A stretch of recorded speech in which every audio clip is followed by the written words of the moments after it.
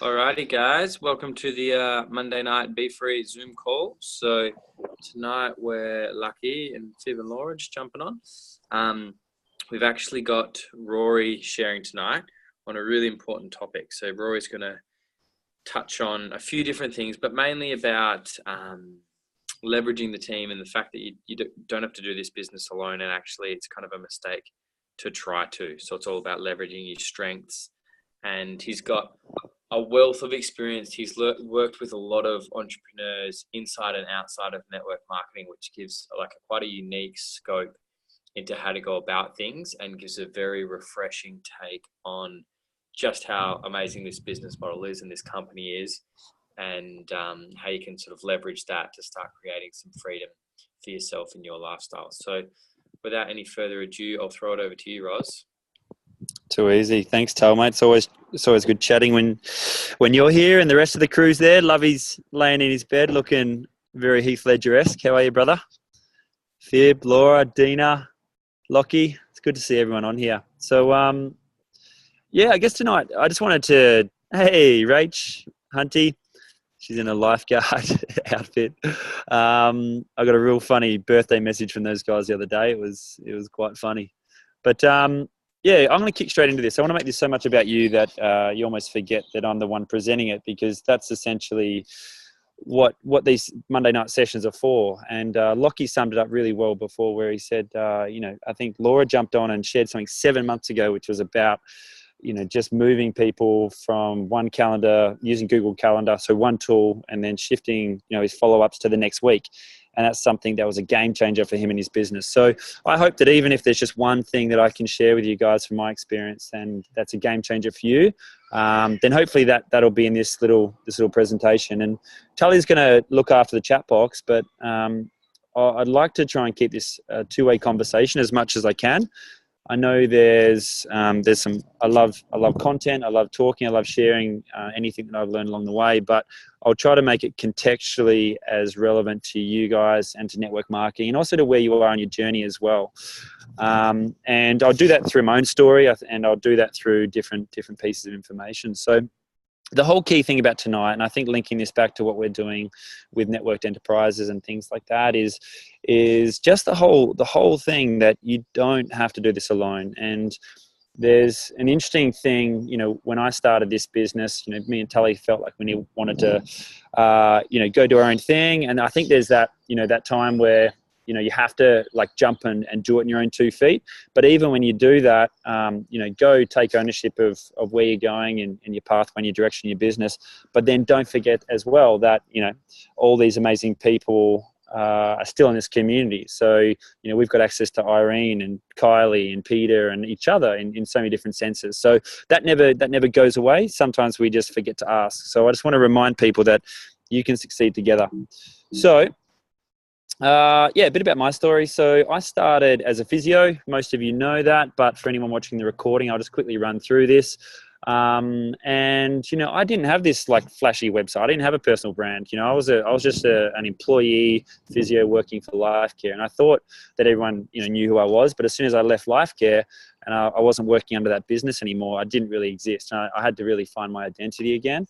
But the reason I actually changed and not gave up my career as a physio, but just changed the way that I go about health consulting, was because I wanted to find a way to have more time freedom, to be passionate about the things that I really love doing, which is helping people on their health journeys, and also living a really, really exciting life and something that was meaningful for me, and also finding ways to have a bit more abundance to, do things for my family if I want to, or, do things for others and give and really contribute in a way that's having an impact with the things that I care about, which, are based on my own experiences. In the same way, I know you guys have certain passions and purposes, and I'm sure a lot of people want to help their parents and their family, or maybe you're looking to, buy a house. And I guess I got stuck. And that was when, I started just asking the question of how can I do this a little bit differently? How can I find something, or a team or a business or a pathway where I can, have my cake and eat it too? And that's when I stumbled across network marketing. And that's, I guess, where my journey started. And I went from being an employee to then having my own ABN. And then, I guess, partnering with my first company, which was Isogenics. And then, eventually starting my own startup. And I'll share a bit of insight about that journey, because it definitely hasn't been perfect, and there's some stuff in that I can share with you that might simplify your journey as well. But again, like most of us know to start with why we do what we do, and I've become really clear that my mission is just to promote health and happiness. Not even promote, I think it's to inspire through my own actions, health, happiness, and connection, and in a unified and sustainable world.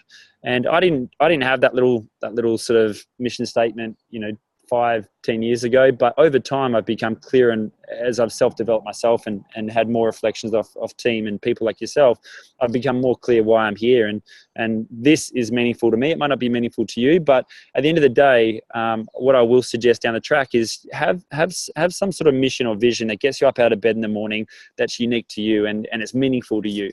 And if you can display it on a one-page like this and share it with people, then that's when people will really know what your brand is and what you stand for and who you are. And I'll come into that a little bit later.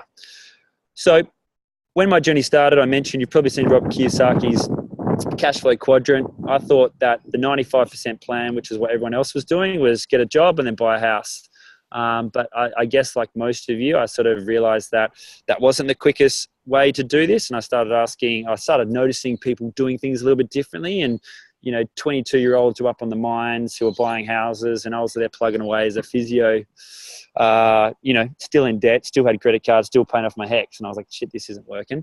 So next thing you do is you go start your own business and you become self-employed, and, you try to do it that way. But then all of a sudden you've got to pay tax and BAS statements, and, you've basically, you're running yourself as a business, and then you're also trying to generate income through working as well. So it was almost easier to go back and be an employee, not have to worry about that stuff. So that was the plan early on, and that's where I got really stuck and burnt out. But then I started asking questions like, well, how can I do it a little bit differently?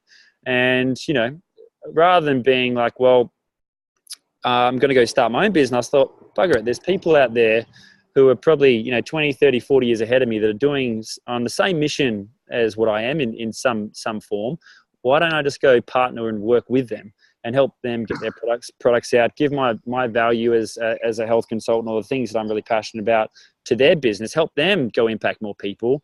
And then if I can redirect a bit of that flow back to me so I can then do my thing down the track, then that's awesome. And that's where I really fell into the networked enterprise, network marketing world, is because I could go partner with a business, but at the end of the day, they're still just, contracting. But if I can partner a business where I get rewarded for helping them grow, and it becomes a win-win-win situation for everyone, then that becomes pretty exciting. So that's where this journey changed for me. And, I went from, being an employee working for someone else to then working with a company.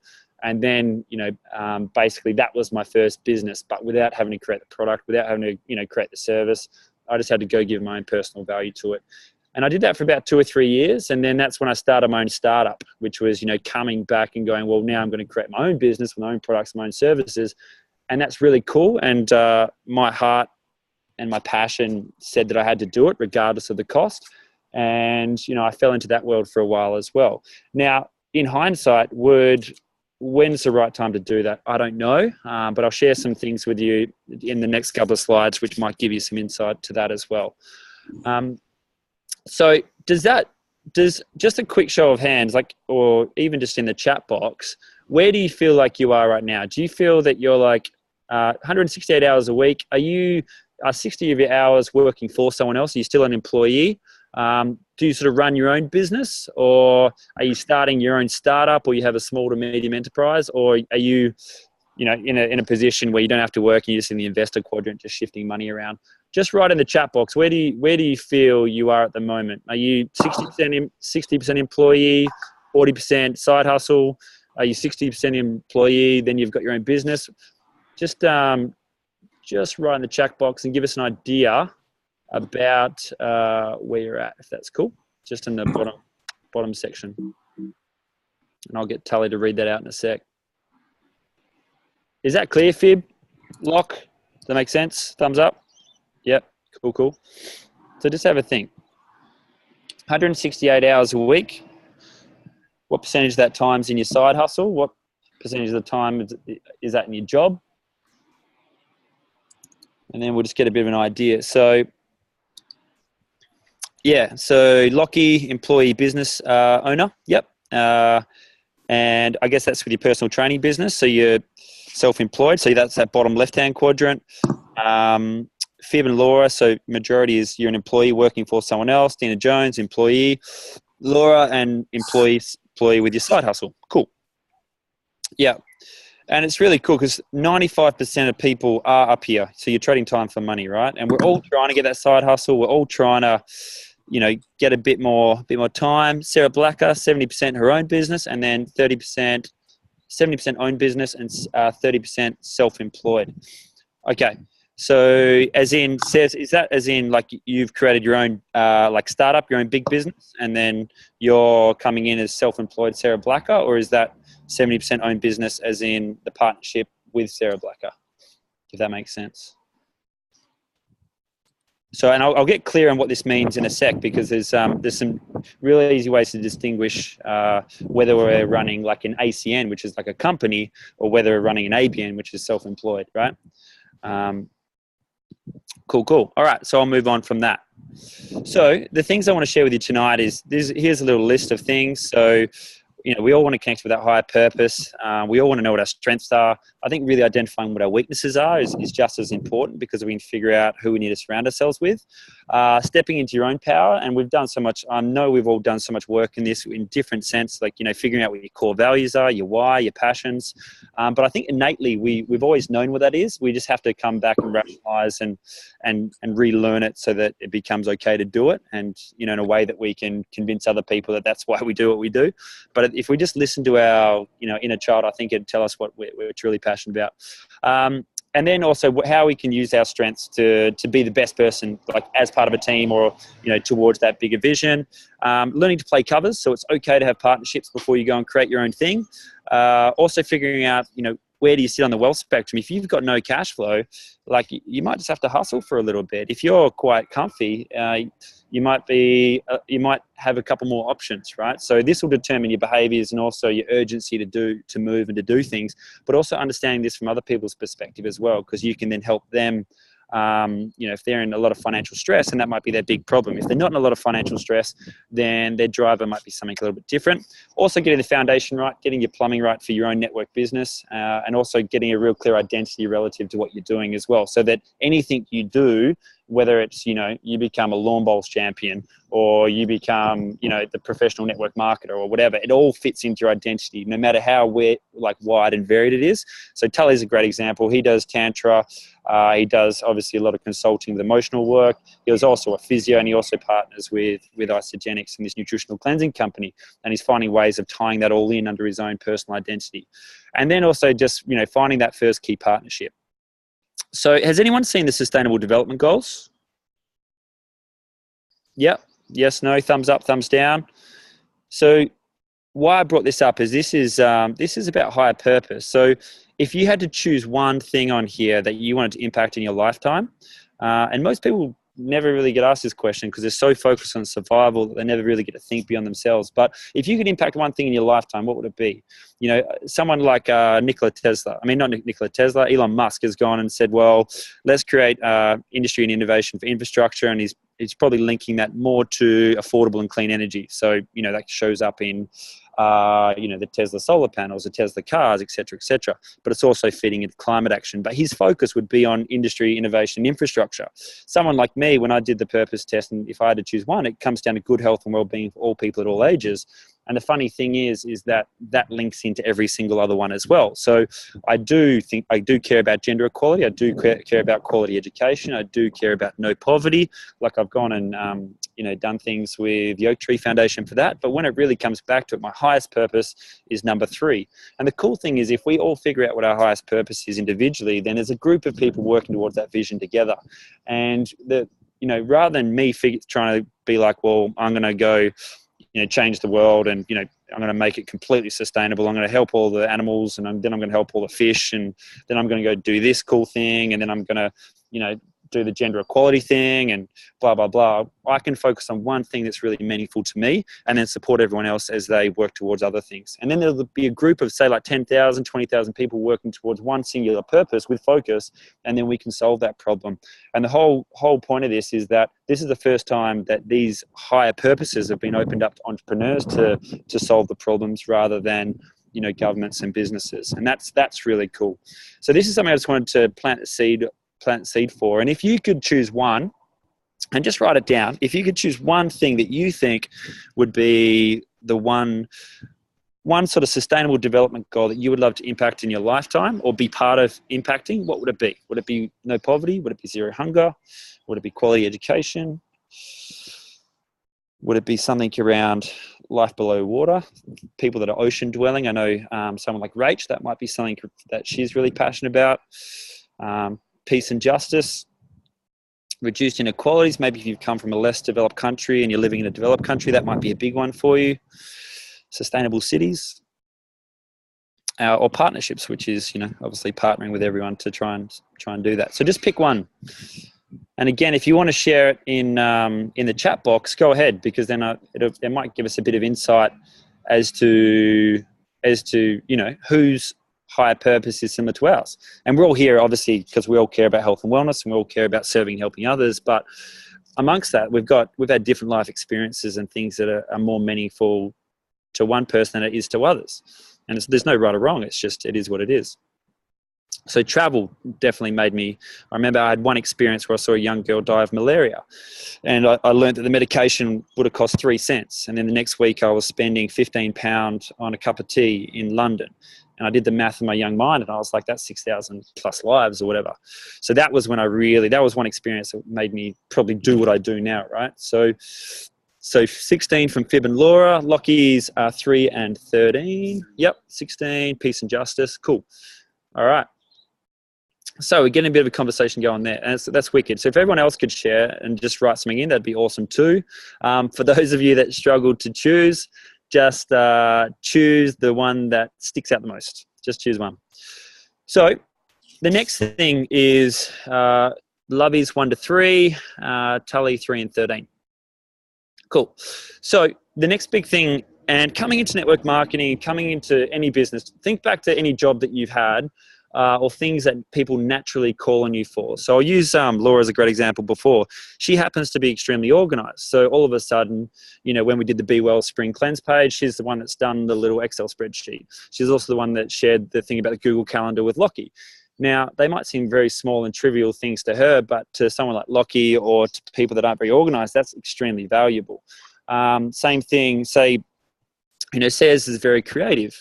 So people that need that bit of creative energy or that little bit of spark or that little bit of inspiration, they naturally will probably give Sayers a call and get that spark about that. Or Tully, if they need a bit of support, you know. So we've all got these things that we're really good at, and you can be very creative. You can be the star. A star is a cool one because it's like you can either shine the light in yourselves and be on stage, or you can be like Oprah Winfrey and shine the light in other people. And the creators are also very interesting because they're like innovators. They're the ones that are always, they're head in the clouds. You know, I'm a creator. You know, I've got too many ideas, and if I don't have some grounding energy, I'll never finish any of them. So, but the cool thing is that's not my weakness. That's actually my strength. The fact that I can think about these things and add different insights. It can become a weakness if it gets us too far off track or gets me too far off track. But it's also a strength, you know, if you want to brainstorm ideas and find different ways of doing things. Supporters. So Tully showed up as a supporter when we did this test. So, and that's pretty obvious. Who's the first person you call? Who's the person that everyone puts their hand up as saying that, you know, he's reached out to help or something like that. Whereas for me, because I'm so head in the clouds, I'll just like run away into the distance, just thinking about really cool stuff, and I'll leave a wake of, you know, stuff behind me, and I'll have to come back and, you know, try and sift my way through it. Whereas Tully's sort of, you know, we've naturally come to this partnership, and he's sort of, you know, supporting as I'm sort of creating this wave of destruction or inspiration or whatever it is, right? And I'm sure you can all relate to that in some sense. Deal makers are those people that just like, you know, as an example, me and Tully, when we started this business, we were not good deal makers. Sayers as well. Like we were just great at like sharing the vision, the ideas, and, supporting people with their health journeys. But when it came to actually selling something, we were pretty average. Like, we'd almost avoid it like the plague, right? But if you've got someone in your team that loves that and they just know how to like identify the pain points, cut all the fluff, then that'd be someone cool to have in the team, right? Especially if that's not your area of strength. Traders are people who can understand the timing of things, like the Warren Buffetts. They buy, they'll be the ones that are looking at Bitcoin, buying high, selling low. Accumulators are these people that are really good at holding on to things and, accumulating wealth and money. And say if you're someone who spends money willy-nilly, then it makes sense that if you had the skill set of someone who was really good at accumulating things and dotting the I's and crossing the T's, maybe a bit more of a savings mindset, then that'd be extremely valuable for you in your cash flow life, right? And I'm sure we've all had that conversation with someone who's taught us how to save or taught us how to manage our cash flow and our money a little bit better. Lords are the ones that like dot the I's and cross the T's. So they're like your accountants and these are the people that, you really want to do the fine detail stuff. However, the side of these guys is they're not very extroverted either. So you can imagine this type of person is, someone who doesn't mind sitting behind an Excel spreadsheet, or just loves creating systems, who loves just making sure that everything matches up at the end of the day. Whereas if you ask me to do that, I'd rather shoot myself in the foot than sit behind a computer and do that. But then the other thing is mechanics and systems. So this was one of my secondary profiles was systems. So you think of your engineers and people that just love creating systems. Like everything's like a 7-step process. Everything's like, you do this, you do that and the other. So an example how this showed up for me was I was like, oh, cool. How do I create a website for the team to systemize X, Y, and Z? And that was just something that I'd love doing. So I was like, shit, I'm just going to do it. And also it allowed me to be a bit more creative and allowed Tully to focus on supporting and things like that, right? But at the same time, the thing with network marketing is all the systems are there too. So there's this balance between, creating systems for increased efficiency, but not feeling like we have to reinvent the wheel. So what profile do you think that you would show up as, just as a guide? And I know we've all done the color test. We've done, the Carl Jung test. We've done probably a million different versions of this. And the reason I like this one is it sort of incorporates all the different elements of Carl Jung with the color profiles, and also brings in the I Ching, which is like the seasons of, through Chinese mythology and things like that. So there's this flow, this natural flow to people's personalities, a natural flow to the business, and also to the energies, that we see through winter and summer and autumn and things like that. So just again, in the chat box, just write what you think you would be if you were a specific profile. So Blacker, supporter star. Yep, I'd agree with that. Mechanic deal maker, bit of a supporter. Yep. Dina Jones, supporter. Yep. And I'll ask the question as well, who do you think does best in this business?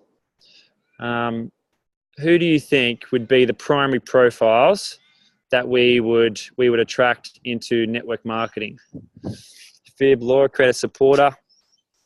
Do you think we'd attract more mechanics and accountants and accumulators and, people who want to buy Bitcoin? Or do you think we're going to attract more creatives, so the star supported deal makers? Yeah, it says spot on. So it's these are the profiles that we tend to attract for network marketing is the creative people that are looking for a way to leverage and partner and develop cash flow, or maybe, all the trainer stuff, all the training and self-development we get through David Wood, Lisa Nichols, we get a chance to get on stage. We don't have to create our own product. We can just go run events. Supporters, you just have to support the systems that are already there and help people have a great experience. And then the deal makers are obviously the ones that make the sale. So yeah, these are your primary profiles, but it's not to say that these people over here can't succeed. Lynn Hagedorn as an example, I think she'd probably pop up as more of a Lord mechanic.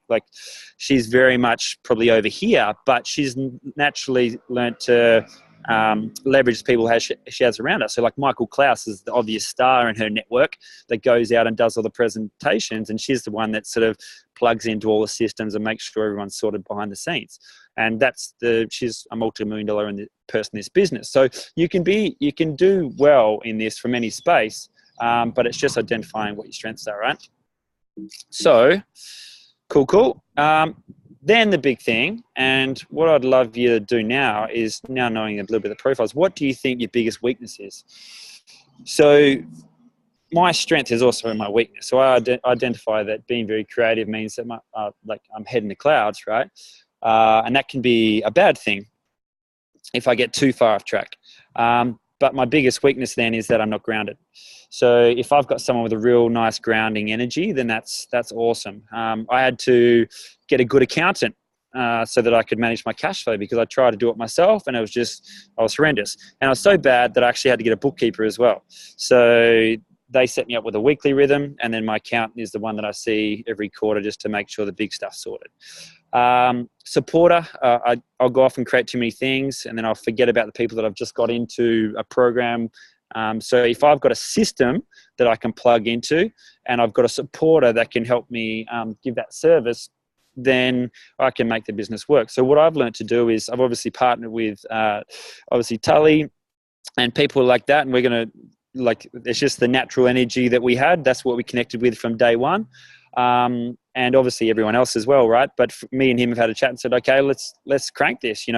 You're good at that, you do that. I'm good at that, I'll do this. And then you work together. And then the systems are already there. Isogenics has created all this stuff for us. The network marketing has created all this stuff. And then I've just got a good accountant and bookkeeper so that I know I can dot the I's and cross the T's with my cash flow each week. And then, we've got so many stars in the team that want to, like Kylie Butters she's a star. She just naturally gets on webinars and she loves talking and chatting, and that shows up in the way that she shows up in life as well. Whereas Mandy's probably a bit more supportive and maybe a little bit more reserved. So we could sit there and be like, well, in their team, it makes sense for, Kylie to run the webinars and then Mandy to support things behind the scenes. And then we can sort of develop roles within our teams and get a lot of flow and a lot of efficiency. The other key thing as well is that's all well and good, but most of us are struggling with the bottom, which is foundation, right? So imagine at the bottom, this sort of lighthouse is you, and where you're shining your light, that's your vision. That's the thing that you are, that's where you're heading. That's your flight plan. That's the plane. Like you're about to jump on a plane, you're about to drive somewhere, and it's like where that light is shining is exactly where that plane is going. But if you don't have that pre-flight check, you don't have that pre-flight plan, you might just be shining the light everywhere. And it might be like a really cool, bright, illuminated lighthouse, but if it's got no direction, then, people don't know, they can't follow it. They can't get attracted to you. So we want to help you create this real strong lighthouse with a real strong foundation. And the foundation is all about your plumbing. It's all about, your personal value, your personal worth. It's all about your personal leverage as well. And there's no miraculous coincidence that there is so much self-development associated with network marketing. And the reason is because 95% of the population are employees, and this is often their first crack at running a business because it's low risk and they don't have to create anything. So, but what happens there is you get people coming from an employee world where they don't know what their personal value is. They don't know their strengths. They've just, gone and got a degree, or say they've just gone and worked for another company and they're just working under that banner, and they sort of figure it out and they upskill as they go. But as soon as you take them out from underneath that banner, it's like, well, who am I? What is my identity? It's like, well, shit, I'm identified by the business that I work for. I'm identified as a lawyer or an engineer working for BHP, not as Tully O'Connor or Sarah Blacker or, Rob or Ria Love. We've got to really have this own personal value so that we can then leverage and know what our skills and strengths are. So then what we can do is we can start to move up the wealth spectrum and start to partner and leverage with different people, different companies, attract people to work in our networked enterprise, attract people that want to go and be part of our team. But if we haven't got the foundation sorted and the plumbing's a bit rusty, maybe it's a bit leaky, then your cash flow goes in and out.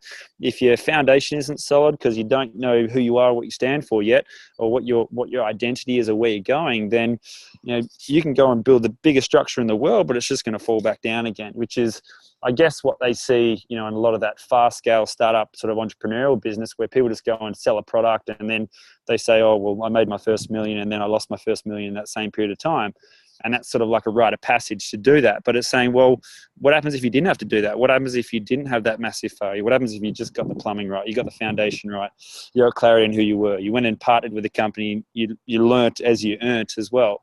And then eventually you started, just building up bit by bit by bit. Because the enterprise level is when you actually start to run. You're not just partnering with businesses, you're running your own business, and you might actually have multiple teams. You might have, a personal, like say Lockie, you might have your own personal training gym. Then you got a partnered, business with ISA that complements what you're doing, and then you're also a speaker and a facilitator, and there's just these natural progressions where you could move based on what you're good at. And then obviously far beyond that, you get to the point where you're starting to have a lot of abundance, and you can start to create economies. Mark Zuckerberg and your Richard Bransons and your Elon Musk. These guys can go and build spaceships because they've got that much social leverage and that much resonance with society, because they've solved a big enough problem and directed enough flow into their vision, their mission, their passions, that they can literally do whatever they want to do. So the key point here is that probably I'd say most of us, and correct me if I'm wrong, if you're in positive cash flow, so you don't have much debt, and you've got a fair bit of time freedom, then you might be looking at being between the orange to yellow. But if you're in negative cash flow and you've still got a lot of debt, then your plumbing isn't sorted. And maybe that's a reflection of your personal worth or your personal value. And this is still a big area of, self-development for you. But they'll get to a point where, where things start to get sorted out, right? And you'll notice, because life gets just that little bit easier. You don't have that financial stress. You've got that little bit of flow. You've got that bit of an extra abundance. You've got that bit of extra time, and all of a sudden you start going on those holidays and helping those people and doing those things, and or maybe starting up that little passion project. So just again, in the chat box, where do you think you are right now? Do you think you're like this infrared, getting more and more into debt? Do you think that you're sort of red, where you're sort of, keeping your head afloat, but, only just? Or do you think you're like orange, where it's like you're a worker and it's just like, yeah, you'll fall straight down into red as soon as you stop working, but you just got to keep working hard? Or are you just sort of like this yellow, where you're starting to get this pretty cool identity, you've got a bit of extra time, you've got a bit of extra abundance, and you're starting to really work into this space of, running maybe one or two different business streams, which, again, I'll use Tyler's example, might be his tantra, and then he's got his network marketing thing. He's got two things that he's working on. Jumping on the blue realm is you might be running 4 or 5 different teams, right? And you're working on a business, not in it as a worker. So again, just if you can comment, where do you think you are on this spectrum? So I'll just give you infrared, red, orange, yellow, green, blue. And I wouldn't say anyone's up here where the Zuckerbergs or Elon Musks are yet. So again, cool. So yeah, Fib and Laura, orange, yep. Christine and Paul, yellow, yep. Cool. And I'll give you some distinctions as well to help you move through this. But the biggest one to go from orange to yellow is to get a real clear identity, personal identity as well.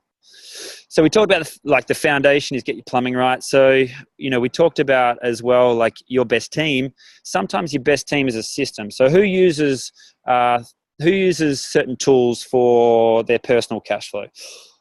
Say Pocketbook or something like that. Or if you do use a tool, share it. I'll share one that I use for my personal cash flow, Pocketbook. So I could show you on an app what percentage of money I'm spending on everything every week, food, rent, et cetera. And for my business, I use Xero. And then, part of the team that helps me manage my plumbing and my cash flow is then a bookkeeper and also an accountant. Yep, Xero and Excel. Yep, cool. Yep. And there's so many cool apps out there, guys. So, it starts with personal cash flow. Everyone gets a little bit confused is when we're talking about the foundation level, it's about managing your own personal cash flow. It's not necessarily about your business at this stage. It's what are you actually paying yourself? What are you living off? And then you separate yourself from the business and you go, okay, well, now what's the business doing? What's the running cost of that business? And I'll run into some examples of this with what I've been doing and also network marketing, so you can get a bit of an idea and a bit of context to this as well. So first thing, get your plumbing right. So if you haven't got your plumbing sorted, you might need someone in your team. And if you get your plumbing sorted because you know your numbers. You'll know how much you're personally spending each week. You know how much your Isogenics business or your events business, whatever it is bringing each week. You'll know how much it costs to run as well. So there's no unexpected expenses. So if you don't know that stuff yet, then it means that you're probably missing that part of your team. whether it's a system or a person. So, and again, share if you've got someone good and you live close to someone, say Melbourne or Perth or, overseas, then, feel free to share that with them as well. And we can keep this conversation going outside of there. But after you get your cash flow and your foundations sorted, it's really about creating a clear identity. So have a think about, I'll use the context of network marketing. So Peter Kelly, when I first met her, she was a personal trainer. No brand. We were both working for the Beach Lifestyle Club. And then she made her first partnership with Isogenics. Now she built her whole identity on the side of Isogenics. And that just leveraged her within 2 to 3 years from being a personal trainer working in COT to being someone who was on stage getting trained by David Wood at no cost to her, and getting thrown into all these opportunities because she gave her personal value to that business and that partnership, and that helped her leverage her personal identity, right? In the same way, someone like Lisa Nichols has got a really strong personal identity, and then all she had to do is come in and talk or create a partnership with the Cougars, and then all of a sudden she's leveraging the Isogenics network and chatting in front of 5,000 people at Celebration. Tony Robbins does the same, right? So they didn't have to go find those customers, those people, but through those partnerships and through having a real clear identity and people knowing who they were, what they stood for and what they did, they were then able to create this attraction and also create these opportunities for themselves. So this is a thing for you guys as well. So what is your identity relative to, this network marketing thing? What's your identity relative to what you do? And like I said before, if you've been an employee, like 95% of people, you probably don't yet have this, or you haven't clearly articulated this. And you'll know if you have, because like I showed you at the start, and I didn't have this about a year ago, is you can just send someone a website or a LinkedIn page or, an Instagram page that clearly identifies who you are. And people will be getting attracted to you for that. So I'll use Ria as an example. She's got one for photography. So people will get attracted to that for photography. But then if she's got a health one, and then she's got a coaching one, and then she's got something else, people will be like, well, is she a photographer? Is she a coach? Or is she this? But then she might have a central page, which is well, this is my bigger mission, which is to make life beautiful and to help people be healthy. Then it makes sense that she's doing photography, helping people with their health and also training and facilitating, right? So it's getting this central identity that brings everything you do into one place. So again, and if you do have a clear identity, share it below. I'll share mine. So I got to the point where I just went, all right, I've got a bit of time, got a bit of resources, worked with a fair few people on personal branding. And I said, all right, I'm going to do it as a website. Now, I wouldn't recommend doing that as a first step. I'd recommend you probably get a really good Instagram page or a really good LinkedIn profile, or maybe a really good Facebook business page that is identified as you and all the different parts of you. And if you've got a list of more than 5 or 6 things that you do, then maybe cut that down to 1 or 2 or 3 key things that you want to focus on as well, because that might be an issue if you're trying to do everything. All right. So after you've got your foundation right, and after you're starting to get this clear identity and starting to really define who you are and what you stand for in the world, then you go, well, shit, do I start my own business and go into the startup world? Or do I just keep working as an employee? Or do I partner with someone and go to work with someone else? Now, I use the example of the Beatles, and you might have heard me share this before, but does anyone know where the Beatles started? Where were they playing their first gigs? Does anyone know? And to how many people, you reckon? So in the chat box, if you want to write anything that's coming up. But the Beatles, we all know the Beatles. They're massive. They've transcended time. We still listen to their stuff, right? But as an example, underground pubs, yep, spot on. Yeah, so underground pubs in the UK, they would have been playing to maybe 5, 10, 15 people, getting late night slots. No one really knew who they were. No one knew who the Beatles were. And then all of a sudden, they started, building a bit of traction for their own music, but no one knew who they were. Their music was great. It's probably the same music that they were playing 3 or 4 years after they got famous, but because they had no identity and they had no traction, no one really knew who they were. And maybe the music wasn't right for that specific time. But what they started doing is they started playing covers for one person. And does anyone know who that was? They played covers for someone who had a lot of attraction at the time. They were getting 50,000 people coming to their concerts. Does anyone know? If you know, chuck in the chat box. But basically, this guy, it was Buddy Holly. So most of you might not even know who that is, but he was really popular at the time. And what they started doing is they started playing their own music. They started playing covers for Buddy Holly as well.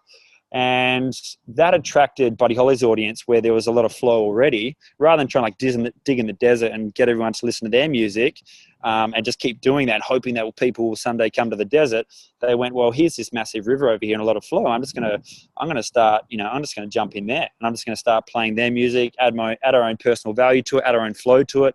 And then what happened is they started to, play a couple of their own tunes alongside it, and they started to really build up their own identity. And people are like, oh, that Buddy Holly music, that's, they hear it, they recognize it, but then they hear their music, and they're like, that's really cool too.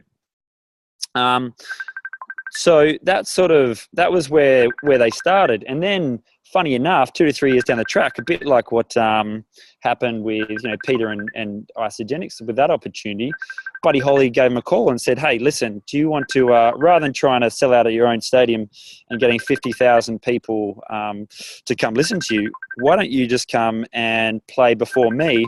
I've already sold 50,000 tickets to this concert, and you just play your music and warm up the crowd for us. So next thing you know, the Beatles are in front of 50,000 big crowd. I think it was at Wembley or something. I don't know the specifics. And next thing you know, 50,000 people now know about the Beatles. So they've gone from, a bit like Peter, being that personal trainer in the gym in Cottesloe, to now standing in front of a crowd of 10, 15,000 people and creating your own identity alongside these guys. And then very quickly, the Beatles obviously surpassed Buddy Holly, and now they're the band that we know today. Now, the key thing I think in business is a lot of people are very scared to play covers before they go and sing their own tune. And the cool thing about playing covers, and I think a lot of you might have learnt this through this opportunity as well, is once you see how a good business really does it, and it's the little thing, it's the culture, it's the community, it's the systems, the processes. We learn so much from that, and then we can put that into our own music and our own song. And I reflect on the things that I know now relative to what I knew 5 years ago, and I was so naive and probably just a young, egotistical male back then, thinking that I already had life sorted, right? But it's not until I learned to model success and work alongside these people that I really started to figure out what was going on.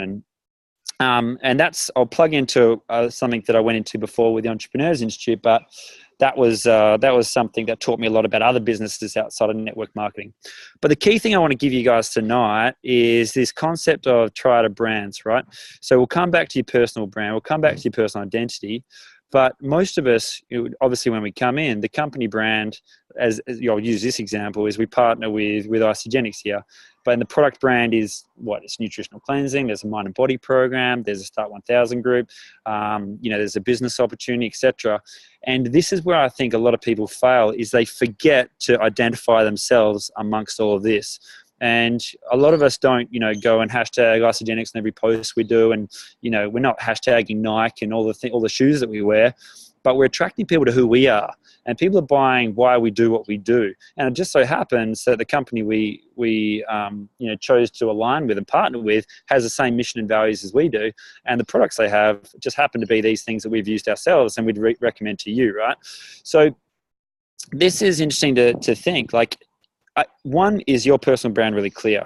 Yes or no? Two, have you identified one company that you can partner with? Who's your Buddy Holly? I know a lot of you on this call, so a lot of you are partnered with Isogenics, but you might be teetering between 4 or 5 different company brands and trying to figure out which is the best opportunity for you, right? And I see that all the time, and that's cool. Maybe this opportunity isn't for everyone. Maybe it's just for your health and maybe to share with a couple of people. But if you really see that this is purely aligned with, once you get really clear on this, and it becomes simple to see where you're going with it. So I'll use this crew as an example for how we can really bring this to life, and maybe again give you a bit more context. But I use the Lovies, I think just because I fell across one of your photos first. But they've got a pretty cool personal brand, right? Rob positioned himself really well as the healthy tradie relative to this opportunity. Rhea positioned herself as, that client support coach, but also taking these really attractive photos and that lifestyle, and, they're living in a van and doing that type of stuff. But then they created a brand together as well, which is like the Hello Lovies and that type of stuff, right? But again, there's a lot going on. So, but the point is they were identifying themselves relative to this opportunity quite well.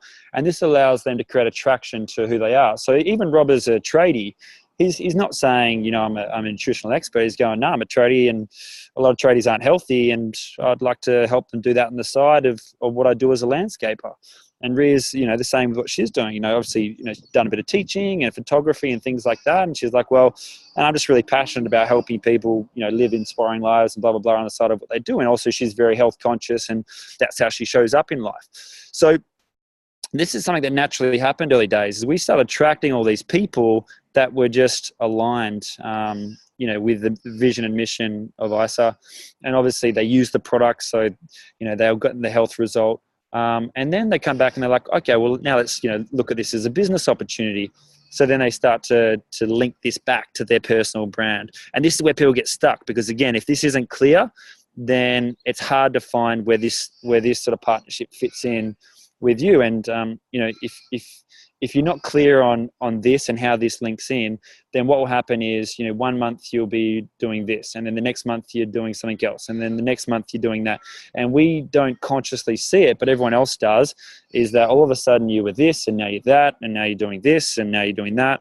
And, you know, the people that are trying to follow you, they're like, who are they? What are they doing? They're so different to who they were, so like, you know, 6 months ago. And this is a thing that's, because there's so much self-development and growth that goes on with doing this, you do grow from who you were 6 months ago. But if you've got a clear articulation of who you are and what you stand for, then whatever tool or whatever thing you add on becomes just part of who you are. And people will associate you with certain things as well, right? So just wanted to get really clear on that. Is just, you know, Isodynamics has already sorted out the company. They've done all the branding. They've done all the vision statement, the mission. You don't have to do that. They've sorted out the products. Spend millions of dollars literally just on the back office for Isodynamics, let alone the products and the no compromise stuff that John Anderson does. And it's like, you can go do that. It's going to cost you maybe 10, 15, $20 million. Or you can just partner with these guys and link your personal value to it, like Rob and Rhea have, and also me and everyone else. And then it's just an alignment of values, missions, and purpose, and then learning how to add our own strengths in so that we can play our role in helping them do what they're trying to achieve, and also redirecting some of that flow to us for our future passions and purposes. So just before we finish up, I want to give an example of, and I want you to really think about, who is your best team. So again, you said what your strengths were before, right? So start with that. So for me, my strength is I'm very creative. My weakness is I'm not very good at support. So naturally, me and Tully started working together. The other big thing was I wasn't very good with my cash flow. So I got, you know, some systems on board and an accountant. That was my team. Simple as that. I could create an epic partnership-based business, build my own personal identity by just working with that, right? But what happens in network marketing, you attract so many other people like yourself as well. So start to think, what is your team? So if you're great at being a star and getting on stage, then it makes sense that you get up on stage and do what you do naturally, and then you've got someone that helps you actually get people across the line, right? And then maybe someone that can dot the I's and cross the T's for you, because you guys are going to be so busy doing X and Y that Z gets forgotten about. So, and you can share strengths, and, you know, trader, etc., and mechanic, etc. So the good thing with this business is mechanics are done. This really just, and you don't have to do a lot of creation unless you want to add ways to magnifying it. But realistically, we just need people to get out there and talk about it, connect, shine the light on others, support them, maybe help with the deal making, and then, you know, a bit of this stuff for your own personal cash flow and finances. And then this is a really simple business to start.